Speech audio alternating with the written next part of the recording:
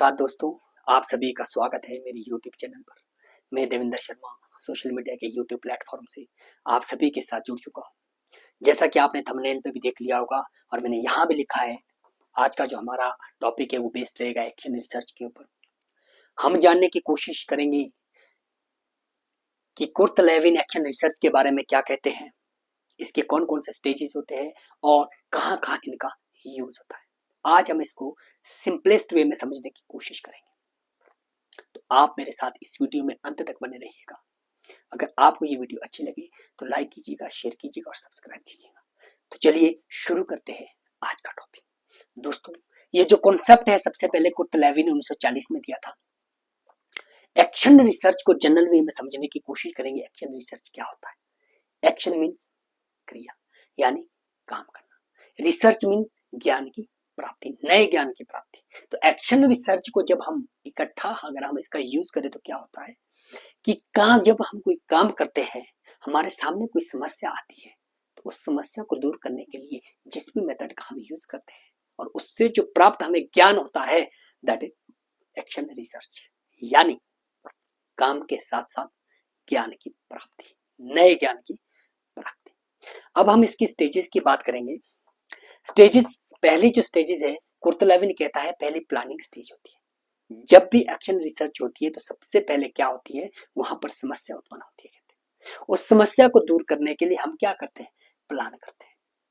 एक एग्जांपल हम लेंगे इसको समझने के लिए। माना कि हमारे घर में शादी समारोह है, हमने 300 लोगों को इनवाइट किया था, लेकिन उस दिन लोग कितने आ गए शादी समारोह में? लगभग 500। और खाने का हमारा अरेंजमेंट कितने का था? 300 लोगों का। तो हमारे सामने क्या समस्या आ गई कि हमारे फॉर एग्जांपल है, हमारे एनफ है दाल और सब्जी, लेकिन चावल हमारे कम हो गए। ये समस्या आ गई। उस समस्या को दूर करने के लिए घर के बुजुर्ग जो बरादरी के लोग होते हैं, उन्होंने क्या की, मीटिंग की कि भाई क्या किया जाए। खाना तो 300 लोगों का बना है, चावल तो 300 लोगों का है, 500 आ गए। तो उन्होंने जब मीटिंग की तो उन्होंने प्लान तैयार किया कि मेहमानों को खबर नहीं होनी चाहिए इस मामले में। हम क्या करेंगे, अपने 2 लड़कों को बाजार भेज देंगे चावल लाने के लिए। तो यानी what is this? This is a planning stage. यहाँ पर एक समस्या जो आई थी कि चावल की कमी है, उस समस्या को दूर करने के लिए क्या किया गया, प्लान किया गया कि हमने 2 बच्चों को भेजेंगे। Right, this is a first stage. अब सेकंड स्टेज एक्टिंग स्टेज है।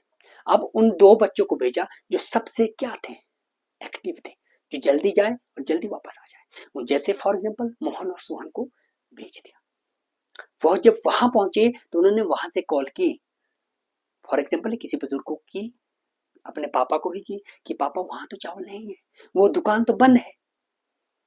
अब प्रॉब्लम क्या हो गई, वो दुकान बंद है। यहाँ प्लान तो हमने किया था कि उस दुकान में जाएंगे हम चावल लेके आएंगे, लेकिन जब एक्टिंग स्टेज हुई तो वहां क्या क्या दिक्कत हुई, वहां वो दुकान बंद थी जिससे उन्होंने चावल लाने थे। अब क्या हुआ कि अब वापस जब कॉल आई तो उन्होंने क्या किया, आपस में फिर एक बार बैठक की। अब क्या करें, किसी ने कहा उनको आगे भेज दो कि वो मार्केट चले जाए, बड़ी दुकान बड़ी मार्केट चले जाए, वहां दुकानें बंद नहीं होती। तो किसी ने क्या ओपिनियन दिए कि नहीं नहीं लेट हो जाएगी, ऐसा करते हम खिलाना शुरू करते हैं, अब और क्या कर सकते हैं। लेकिन निकल कर क्या आया कि नहीं, हम गाड़ी भेजते हैं वहां तक, गाड़ी वहां तक इनको भी लेके जाएगी और जल्दी वो वापस सामान लेके आ जाएंगे आधे घंटे में। राइट, तो हमने क्या की, एक चिंतनशील समीक्षा की कि नहीं क्या हो सकता है इस प्रॉब्लम, जो प्रॉब्लम थी उस प्रॉब्लम को सॉल्व करते करते क्या हुई, एक चिंतनशील समीक्षा की हमने कि देखिए अगर हम पैदल बच्चों को छोड़ेंगे तो लेट पहुंचेंगे, इसलिए हमने गाड़ी भेज दी। Right, this is acting stage. Third होती है डेवलपमेंट स्टेज। अब डेवलपमेंट स्टेज क्या हुई, वो जल्दी से गाड़ी में उन्होंने चावल लाए और जितने भी जो खाना बनाने वाले थे उन्होंने चावल रेडी कर दिए 1 घंटे के अंदर, यानी डेवलपमेंट हो गई। थर्ड स्टेज क्या है, डेवलपमेंट स्टेज है। राइट, अब फोर्थ वन है रिफ्लेक्टिंग स्टेज है।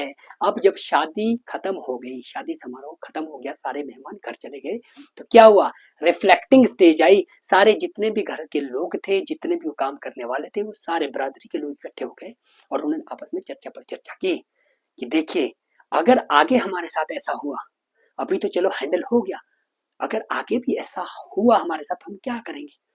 राइट, तो उन्होंने क्या डिसीजन लिया कि देखिए अभी भी जहां से हमने सामान लाया था आज वो बंद था दुकान, तो उन्होंने ये डिसीजन निकाला कि अगली बार जब भी हमारे किसी के घर में भी शादी समारोह होगा तो हम पहले ही एक शर्त पर वहां से सामान लाएंगे किसी भी दुकान से।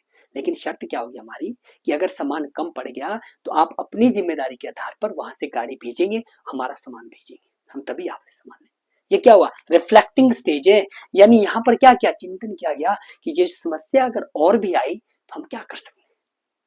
आई होप ये स्टेजेस आपको समझ आ गई होगी। अब इन स्टेजेस के माध्यम से ही हम यूजेस में कोई हम रट्टा नहीं मारेंगे, यूजेस का प्रयोग करेंगे, राइट। अब क्या था, सबसे पहले प्लानिंग स्टेज थी, हमने प्लान किया भाई। प्लान क्यों किया? क्योंकि हमारे पास क्या है, समस्या आई। तो मीन्स यूजेस कहाँ होता है इसका? तत्काल समस्या में। सबसे पहले समस्या ही तो आती है, तभी तो प्लान में हम जाते हैं। तो कहाँ यूज होता है एक्शन रिसर्च का? तत्काल समस्या में, राइट। अब सेकंड स्टेज जो थी एक्टिंग स्टेज, वो गए लेकिन वो दुकान बंद थी। अब उन्होंने वहां से कॉल की दुकान बंद है, तो क्या करना पड़ा? दुकान बंद है, जिस समस्या का समाधान प्रकृति पर हो उसकी चिंतनशील समीक्षा करना। यानी समाधान प्रकृति पर था, उन्होंने भेजा था 2 बच्चों को कि जाओ आप वहां से चावल लेके आओ, लेकिन ये दुकान बंद थी। समस्या का समाधान प्रकृति पर तो था, लेकिन उसकी चिंतनशील समीक्षा करनी पड़ी, बैठक करनी पड़ी क्योंकि दुकान बंद है। तो क्या चिंतनशील समीक्षा की कि आप यहाँ से हम गाड़ी भेजते हैं, आप वहां से जल्दी आ जाना दुकान से, आप बड़ी मार्केट जाइए, वहां से आप जल्दी आ जाना। तो ये क्या है कि जब समस्या का समाधान प्रकृति पर हो, यानी समस्या का समाधान हम करने की कोशिश कर रहे थे, समाधान हुआ नहीं था, कोशिश कर रहे थे, तब भी हमें क्या करनी पड़ी? चिंतनशील समीक्षा करनी पड़ी कि हम अब क्या करें, वो तो दुकान बंद है। अब थर्ड है डेवलपमेंट स्टेज, हमारे चावल तैयार हो गए। अब क्या हुआ? फोर्थ वन रिफ्लेक्टिव स्टेज है कि अब क्या किया हमने इसमें, क्या किया कि अगर आने वाले दौर में ऐसा हो जाए, अभी तो हमने क्या किया, क्या प्रोसेस किया हमने कि भाई हमने पहले बच्चों को भेजा, फिर वहां भी दुकान बंद थी, फिर हमने गाड़ी को भेजा। ये प्रोसेस है ना, प्रक्रिया चली है, समस्या के समाधान को दूर करने की प्रक्रिया चली है। तो हमने क्या किया तीसरी स्टेज में कि कहाँ इसका यूज होता है कि जो समस्या का समाधान होता है, जो समस्या का समाधान करने वाली प्रक्रिया होती है, उसमें सुधार कैसे किया जाए। यही तो हमने रिफ्लेक्टिंग स्टेज में पढ़ा कि आगे ऐसा ना हो, इन प्रक्रिया में कैसे सुधार किया जाए। तो कैसे सुधार किया हमने? अब हम अगली बार नहीं जाएंगे कि हम गाड़ी लेके वहां जाएंगे। अब हमने क्या क्या क्या संशोधन और सुधार किया प्रोसेस में कि हम पहले ही एक शर्त पर दुकानदार से सामान लेंगे कि अगर हमारे सामान की कमी पड़ गई तो आप अपने बिहाफ में गाड़ी भेजेंगे, आप फोन करेंगे, आप अपने बिहाफ में गाड़ी भेजेंगे। यानी स्टेजेस पे ही यूजेस छुपी हुई है। यही तो इंपॉर्टेंस है इसकी कि स्टेजेस के साथ साथ यूजेस एक दूसरे से इंटरकनेक्टेड है, राइट। तो इंपॉर्टेंट इसमें यही था कि ये कॉन्सेप्ट किसने दिया था। यहां पर स्टेजेस से क्वेश्चन पूछा जाता है, यूजेस से क्वेश्चन पूछा जाता है। आई होप कि आपको समझ आया होगा। इसको इंटरकनेक्ट कीजिए आप एक दूसरे के साथ, तो आपको इजीली समझ आ जाएगा। मुझे जितना आता था ना मैंने आपको समझाने की कोशिश की। फिर भी जैसा मैं हर बार कहता हूँ, टीचिंग और लर्निंग का प्रोसेस एक कंटिन्यू प्रोसेस है, गलतियां होती है, अगली बार और सुधार किया जाएगा। और अगली वीडियो में आपसे नए जोश के साथ, नए डिटर्मिनेशन के साथ, नए जील के साथ मिलेंगे। तब तक के लिए जय हिंद, जय भारत। Thanks for watching.